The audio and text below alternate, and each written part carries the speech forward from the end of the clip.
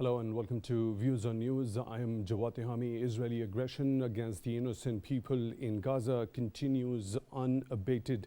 It's been over 80 days now that this brutal assault on human life and dignity continues. It started in October by Israel. Now, according to Gaza's health ministry, at least 20,915 people have lost their lives, mostly women and children, and 54,918 have been injured. Now, the UN Special Envoy on the right to adequate housing has called for establishing a new special tribunal if the International Criminal Court does not take swift measures to prosecute the war in Gaza started by Israel. On the other hand, we have seen statements coming from Israeli Prime Minister Benjamin Netanyahu. He has once again vowed to keep up this particular fight. He told the Israeli soldiers, let me quote him, that we are not stopping. The war will continue until the end, until we finish it, no less, unquote. Also, in another major development, according to Iran's state media, a senior general with Iran's Revolutionary Guard was killed by Israeli strike in Syria. IRGC, in a statement, confirmed Brigadier General Razi Mousavi's death, saying, let me quote it, he was killed in a missile attack. And IRGC has also vowed that Israel will pay for this particular crime. At the same time, Iranian President Ibrahim Raisi has said that the vicious act of assassinating the IRGC military advisor in a missile attack in Syria was yet another sign of the usurping Zionist regime's desperation.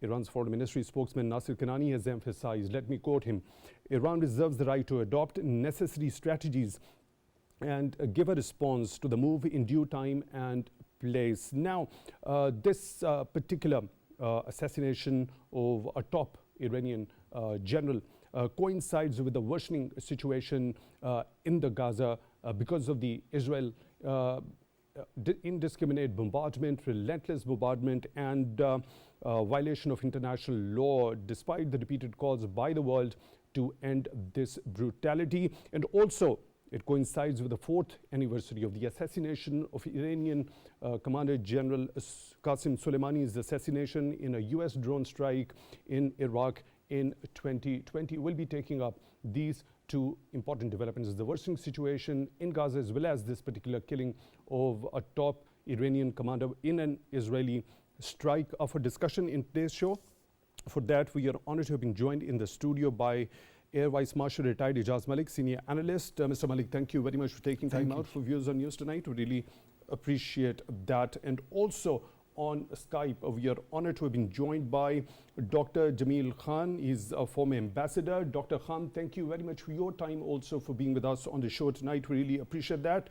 Also on Skype, we are honored to have been joined by Mr. Jauhar Saleem, a former Foreign Secretary of Pakistan. Mr. Saleem, thank you very much for your time, also for being with us on the show tonight. Really appreciate that. Let me begin the discussion with Mr. Malik. Mr. Malik, now the situation in Gaza is worsening. The Israeli brutality, the aggression, the relentless bombardment continues unabated despite repeated calls and the kind of votes we have specifically seen at the United Nations General Assembly calling for a ceasefire or sustainable delivery of the humanitarian aid over there. There hasn't been any stopping to this. Rather, the statements which are continuously coming from Israeli Prime Minister Benjamin Netanyahu, as I already quoted one, that we are not going to stop. The war will continue until the end, until we finish it, no less. What do you think that these statements by Prime Minister Benjamin Netanyahu actually depict? It clearly depicts their very, clear stance. What is their strategy which they are adopting as operations in Gaza? They have been very categorically stating previously also that their end objective is elimination of Hamas. So they want to eliminate any kind of resistance in the Gaza Strip. That's their objective. And for that they are using artillery, ground troops as well as the airstrikes. And it's in total violation of UN Charter. It's a human crisis. Around 21,000 fatalities and almost 50,000 plus injuries. Hospitals are almost non-functional. There is a food crisis. There is a medicine shortage. So this is a human crisis. Probably we haven't seen that kind of crisis in the recent history, because somehow or the other, wherever in the European theater in late 90s and in some other crisis, at least there was an ingress of UN and Red Cross and other agencies, at least to support the civilian population.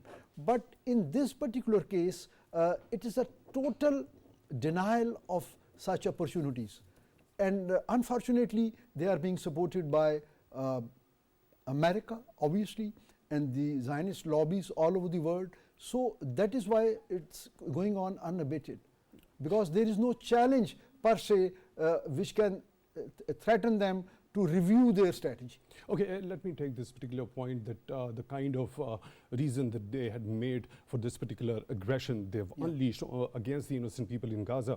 Let me go to Dr. Jamil Khan for taking his view.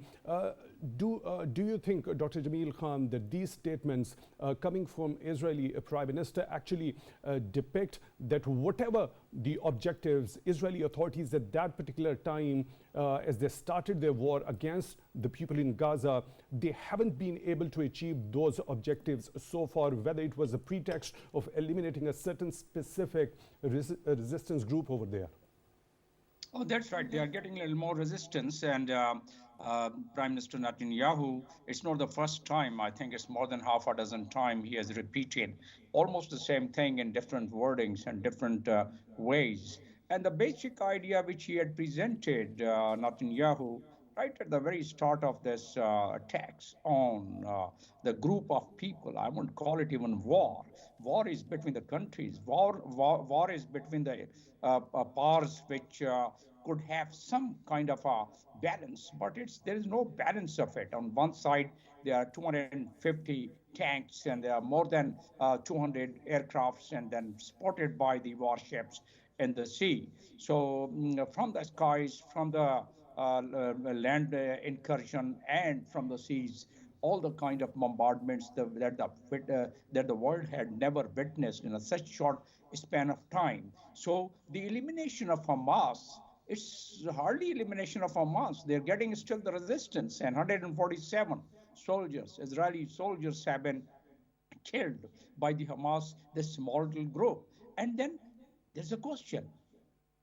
Is Hamas resisting in accordance with the UN Charter? Is Hamas resisting against the occupier? Is Hamas a freedom fighter? Now Israel is lamenting them, the terrorist. As in East Timor, Shanana Gozma, who was the resistance fighter, who was the freedom fighter in East Timor, and he was lamented by the country against which he was resisting, that he was terrorist. The same person became the president. Gary Adam, Northern Ireland, we have that example also. He was declared terrorist. Now, later on, he became the leader of it. So now, again, this rhetoric which Israel is presenting, and with the support of the United States and its allies, that is create a problem. In fact, every time there is some resolution by the world community, the world community has already shown its mind of giving about 153 votes in the General Assembly. That's the sentiments of the world community. But since the veto power is not with most of these countries, rather, because of which every time there is a resolution of asking for a humanitarian pause, this time, this resolution was presented last week by the United Arab Emirates, and they had requested for the ceasefire, and that's the voice of 153 countries of the world, but that was not agreed. It was about to be vetoed if it was presented in the same form, with the same sentences, with the same wordings. And finally, they had diluted it, just last 1 or 2 points, they had diluted it to the extent of taking steps towards the ceasefire, even that was not agreed. One thing which your viewers would like to know, it's about 47 times that the United States had vetoed resolutions which did not suit Israel. This 47 times they have done it. This was about, they would have done it the 48th time. But then that resolution, or the resolution which was passed, that was 2712 on the 15th of November, and that also asked for the pause or at least the aid passage to the aid to be delivered to them to the hospitals and all. But that was also resolution was passed and passed unanimously with abstention. But that was not respected. So that's the violation of UN Charter, Chapter 6, Chapter 5. And the only recourse available to the world community is imposing Chapter 7 constraints or embargo on Israel. But again, if you present the resolution, that would be vetoed for the 48th time by United States. So what else the world is waiting to see? One single toilet is being used by about 7 to 800 people in those camps, which are also being attacked, the camps established by the United Nations. 90 UN premises have been attacked so far. And the commissioner, Red Crescent commissioner yesterday issued a statement: there is no place safe in Gaza, and about 80% of the buildings have already been destroyed. That much of destruction, according to the Washington Post, had not taken place in Iraq, the entire war, and Syria, the entire war. So this is such a devastation, but Netanyahu issuing statement, repeated statements, even yesterday, that the war is far from over. Now, that means that initial statement of Netanyahu was elimination of Hamas. They are eliminating the whole Palestinians. Right. And they like the way they did it. In 1948, 15,000 people were killed at that time once they pushed Palestinians from their own land and pushed it to Gaza. And now they are pushing from Gaza. Right. Dr. Khan, your points are well taken, very important and pertinent points that you've just brought forth. Now, let me bring in Mr. Saleem also into the discussion. Mr. Saleem, now these statements, back-to-back statements coming from the Israeli Prime Minister Benjamin Netanyahu, they've had that pretext of eliminating a certain Palestinian group over there in the Gaza Strip. And now, it's been over 80 days. This brutality continues unabated with repeated calls, especially at the United Nations General Assembly, for a humanitarian pause or the steps at least towards the ceasefire. What do you think these statements actually depict? Do they depict an absolute or a sheer defeat and on the part of Israel, that they weren't able to achieve those objectives which they had actually set at the very start? Thank you. I think Ambassador Jamil made some pertinent points. Firstly, Israeli Prime Minister has been consistent in sort of, stating that their objective is to eliminate Hamas. Now, there are doubts in certain minds whether the objective is beyond that, that is reoccupation of Gaza, which actually is happening in some ways. At the same time, elimination of Hamas from the Israeli perspective was never going to be easy because, first of all, there's popular support. Secondly, the tunnel network, which is there, and Israelis very well knew that. They had tried that in the past as well, it didn't work. So this time, because the Israeli Prime Minister is fighting for his political survival, and he's the type of, unfortunately, he's the longest serving Prime Minister in Israel, and like a cat, he has had 9 lives. There are many instances in the past where people thought that his political career was finished, but then he made a comeback. This time as well, even before this conflict started, he was in very difficult, very dire straits. And in some ways, the conflict might have actually helped him because now he has instituted what he calls a war cabinet. And now the nation, the Israeli nation, so to speak, the Jewish component of that, it had to rally behind him. the Americans, and I had said it before as well many times, that there was never a possibility that a resolution in the United Nations Security Council, and that is where it matters. Any resolutions by the UNGA, they are non-binding. In fact, some of the resolutions by the UNSC, depending upon which chapter, as Ambassador Jamil mentioned, they're under which chapter, they also, they can be non-binding as well. But depending upon under which chapters those resolutions have been passed. The Americans have been very clear on that unless the Israelis want a ceasefire, there will be no resolution in the UNSC calling for a ceasefire. So far, they have vetoed the resolutions. The last UAE resolution that we saw, there was very intense negotiations. And in the end, what happened? The wording was diluted so much. The wording is now words to the effect. Steps would be taken to enable a conducive situation for cessation of hostilities. So it is like diluted and more diluted and more diluted. So that is nowhere close to a ceasefire. On the other hand, the resolution focused more on resumption of assistance, humanitarian assistance, that is.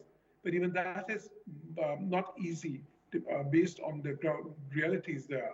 We know that, close to Rafah, there have been sort of, intense fighting going on, and it's not a situation where you could actually resume the assistance. Unfortunately, 21,000 Palestinians have been killed so far. And as I had mentioned in my previous comments on this, it's a tragedy which is unfolding. And I had said that Saleem, do you think any sort of an end in the near future that this particular brutality against humanity comes to a halt in any sort of a way? So many attempts and efforts have been made at the international level by so many stakeholders and players, but of no use so far. Do you see any sort of a chance that this brutality comes to a halt? As I had said in many of my previous comments, unless the Israeli Prime Minister achieves some of his stated objectives, I don't think it'd be, nobody achieves their objectives fully, like in a conflict situation. But they do not want a situation where Hamas is in power in Gaza. And that, I think, is going to happen because it's difficult to envisage a situation where they would allow Hamas to stay in power. Now, a permanent ceasefire, that would have happened. That would have meant basically the status quo in Gaza in terms of its political autonomy and in terms of the governance. And that is why the Israelis are so bent upon ensuring that there will be no permanent ceasefire before they achieve their stated objective or close to it. And I don't really see a permanent ceasefire. I've said that before, and I'm going to say it again, that there could be more humanitarian pauses. That is possible in the near future, and that would basically be primarily targeted or focused at resumption of assistance. That will happen. But I don't really see in the very near future a permanent ceasefire. So unfortunately, this situation, what is unfolding, this seems to be continuing for the time being in Gaza. Now, having stated that, the back channel diplomacy is ongoing. And once Israelis feel, the Israeli Prime Minister feels that now Hamas is not going to be in control anymore, then perhaps, and that is my hope. And that is where we could see a silver lining in the cloud, that at that point in time, some diplomacy would start in terms of a broader perimeter of the Palestinian issue itself. And that is the hope of all the countries, particularly the Muslim countries who are involved. And there's a lot of Muslim countries, some pivotal Muslim countries as well. Saudi Arabia is there, Qatar is there, Pakistan is there, UAE is there. So they are, they are exerting their pressure. And I think eventually, at some point in time, when there is that longer pause, then perhaps we will see a diplomacy in that direction. Right.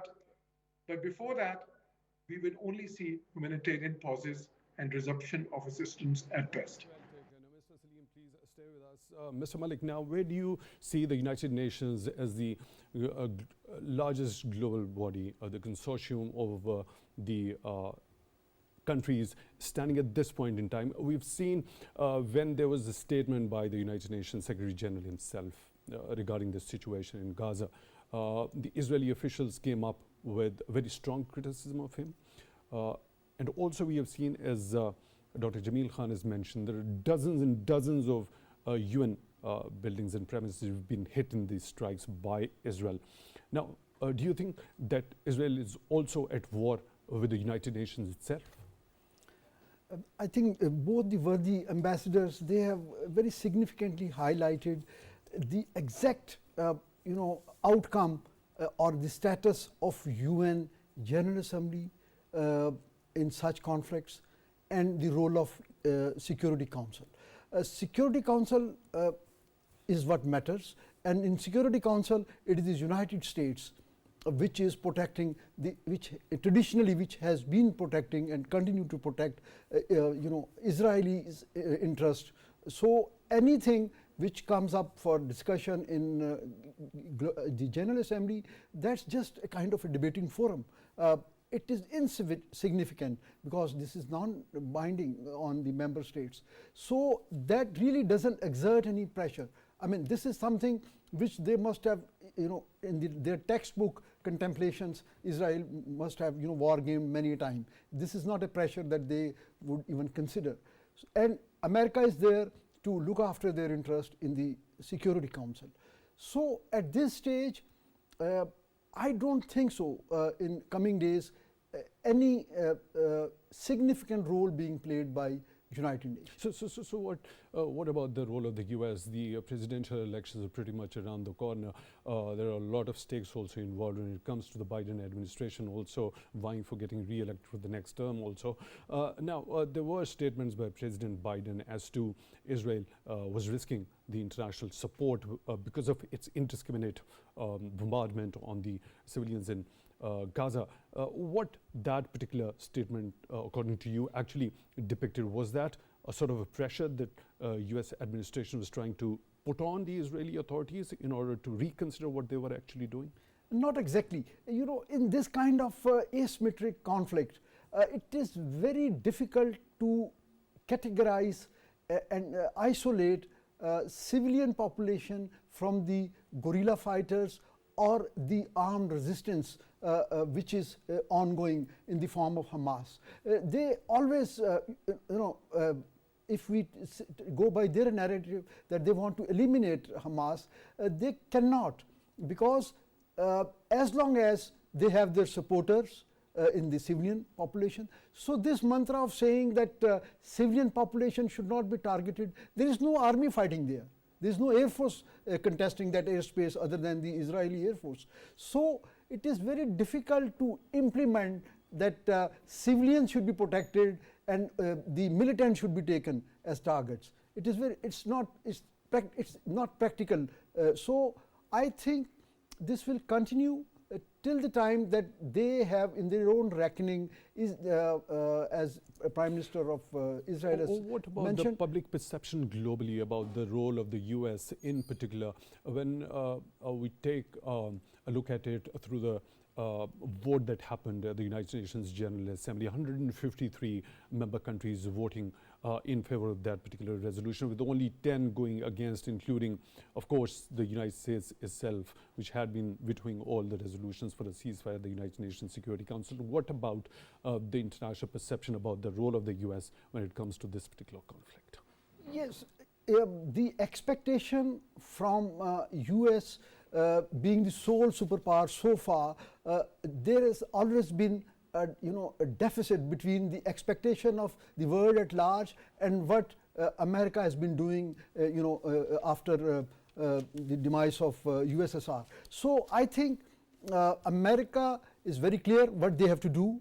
They have created an environment in the Middle East where they have neutralized almost all current and potential threats which could matter against the security of Israel. And this ongoing conflict is a demonstration, and then the other strikes that we will be talking in the second segment, that also is a continuation of ensuring that any emerging threat in the region, either it should be tackled diplomatically or through such offensive surgical strikes. Right. Dr. Jamil Khan, what's your understanding when it comes to, as you already also mentioned, there are dozens and dozens of premises of the United Nations working over there.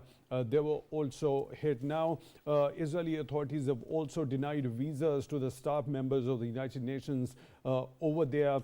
Also, the kind of criticism that came for the United Nations Secretary General himself after his statements urging for this brutality to stop. Do we understand that Israel is at war with the UN itself?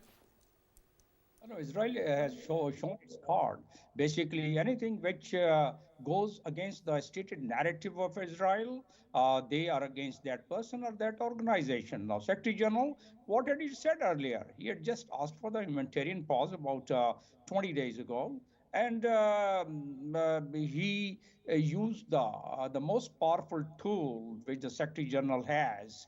And that's the third time in the history of United Nations that this tool was used, and it's Article 99 of the Charter of United Nations. Now, that was used, and the resolution was sent to the Security Council, and obviously that could not really have any success because of its veto and because of the veto power of the United States. As I said, 47th time they have already done it. So, and then what happened was that the representative of the Israel asked for the resignation of Secretary General. First time that the Secretary General is asking within the international legal framework something, and he's asked to tender his resignation.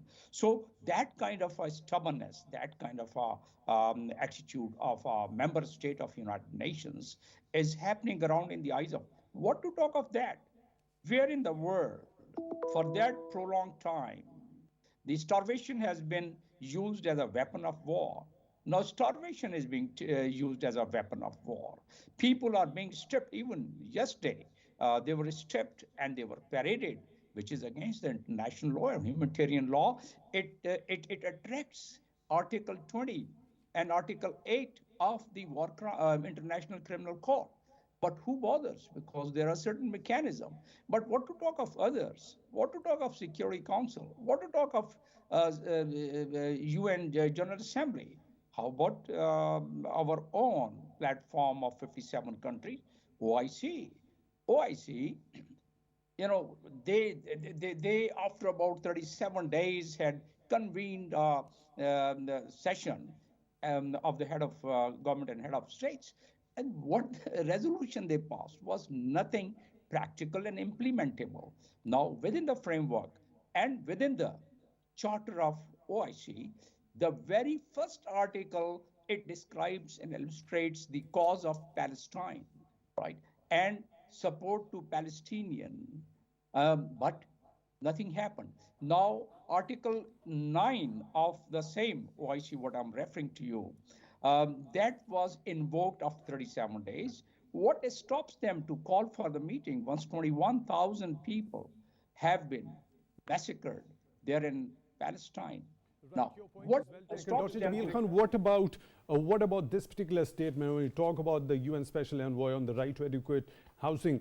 Mr. Raj Gopal has called for establishing a new special tribunal if the International Criminal Court does not take swift measures to prosecute the war in Gaza. Do you think it's a doable possibility? And what is the expectation when it comes to the International Criminal Court? Who can take and how can it be approached when it comes to specifically dealing with war crimes and the crimes against humanity continuously being perpetrated by Israel? According to the statute of the ICC, International Criminal Court, there are only three streams with which you can take the case to the International Criminal Court. Number one, group of countries can send with the evidence to the International Criminal Court. Number two, the Prosecutor General takes cognizance suo motu by himself or herself. Number three, the individual countries can approach, except for the South Africa and four more countries. No country among the 157 members of OIC has gone for it. Now, that is the state of affair. And unless we admit that where we stand, and why our own platform is not being used according to the legal framework, they could have sent this resolution, past resolution, and there are tons. And by the way, let me also draw your attention and the viewers' attention on Article 18 of the OIC Charter, in which they have established a special wing and an Assistant Secretary General of the OIC, whose job it is to collect the evidence of the war crime and all the atrocities being done by the invaders, by Israelis, occupier, and also disseminate it to not only media, but collect the evidence for the International Criminal Court. Where is that? The point is that we have to really look at our own weaknesses, that right. We cannot. So in that sort of a scenario, Dr. Jamil Khan, as you mentioned, three very important requisites required to go to ICC. Now, when this UN Special Envoy says that if ICC doesn't show that responsibility, doesn't take swift measures to prosecute the war in Gaza, we should go for establishing a new special tribunal. So by that, what does he mean? What do you understand of that? Well, that has already been practiced once in East Timor. And that was known as the Serious Crime Investigation Wing of the United Nations. They did do the investigation. They did indict some of the top people of at that time from Indonesian army. But then once it was sent to the International Criminal Court, there was a compromise between some individuals and the countries, and therefore it was not prosecuted. So this is a right step in the right direction, but that again, the implementation, first of all, the Prosecutor General has not even issued a single statement noting what is happening in Gaza. So that is one. So I would not really have very high hopes. The only high hopes which I can base, the group of countries, Pakistan is a member of that country, that subsequently united for consensus. There's a group of about 3 dozen countries in it, and they are trying to mellow down the powers of the Security Council. It is quite, a big struggle by some of the very important countries to really do that. Unless that happens in Security Council, probably we can't have much hopes on the horizon. And then once we talk about why it is happening, why United States is doing so much of a favor to Israel, we have to understand one thing. Now Biden, in the forthcoming election, the surveys which we are reading, is about his popularity is reduced to 40%, and it's going down further. But there has to be some very important and plausible reason that they are not budging an inch of dragging their feet from the support of Israel. Right. The reason is that Zionist lobby there, and one of the cabinet meeting of Israel during the Ariel Sharon's time, one of the ministers, the defense minister perhaps, raised a point that the United States is raising concern about what we have done in Palestine. At that time, there was some incursions again going on. And the answer by the Prime Minister was, forget about it, we know how to control that government. So people say that there is one Jewish state, but there are two governments. One is in Washington and the other one is Tel Aviv. So, and that if we pursue the history and the way unfolding situation of Palestine, starting from 48 onward, and beyond that, if we go 1897, once the first time in Switzerland, the Zionist organization had laid its foundation stone. they had drawn some parameters in it, and they are going exactly by that. Right. Your Creation point of is well taken. Dr. Jamil Khan, I'll have to take Mr. Saleem's view on this very proposal that has been put forth by the UN Special Envoy regarding if the ICC doesn't take swift measures to prosecute the war in Gaza, a new special tribunal should be formed. What's your understanding? Do you think it's a doable possibility, and what's required for that? Yes, it's doable possibility. It has been practiced, as I said. This question is for Mr. Saleem. I really seek your pardon. Mr. Saleem, please go ahead. Well, as Ambassador Jamil has mentioned, in the past, what we've seen is ICC has become active only in situations where there was a clear victor and a defeated party, or situations where the Western governments were very clear that, like some country or government needed to be punished. It hasn't really happened in any situation where these two, I won't call them preconditions, but these two incidences were not there. So in this situation, we see neither of them. So I don't really see a very serious possibility at this point in time of Israelis really getting talk of having a trial. I don't really see. Americans and other Western countries are very likely to thwart any such moves. Right, your point is well taken regarding this. There is another major development. Mr. Saleem, I would like to take your view on that particular thing when it comes to the assassination of one of the senior Iranian generals over there in Syria in the Israeli strike. Do we understand it shared recklessness on the part of the Israeli authorities, or is it a deliberate attempt on their part to escalate the situation and expand it into a wider conflict in the region? Well, when it comes to Israel, there's always a method in the madness, so to speak. So I don't really see this. Would not have been a spontaneous action. The possibilities could have been, you see, in 2020, another very famous General Qasem Soleimani was killed in such a strike. And now we see General Said Razi Moussaoui. He was based in Syria, and the strike has taken place in Syria. I think in the beginning of this conflict, there was a very serious attempt by the Western countries, spearheaded by the US, to ensure that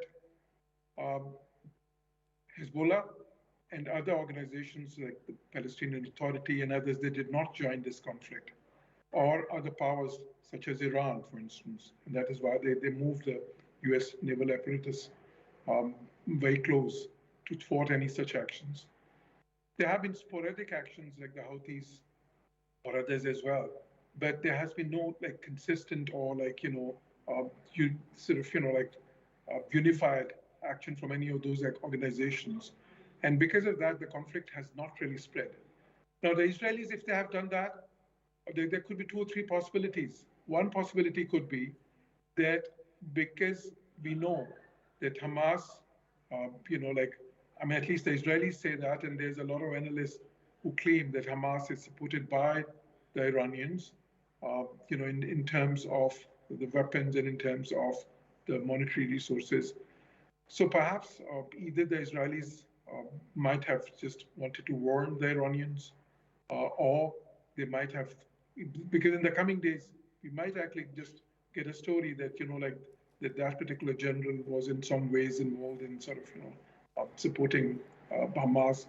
But we'll see what the Israelis come up with. But I think that there must have been some reason for them.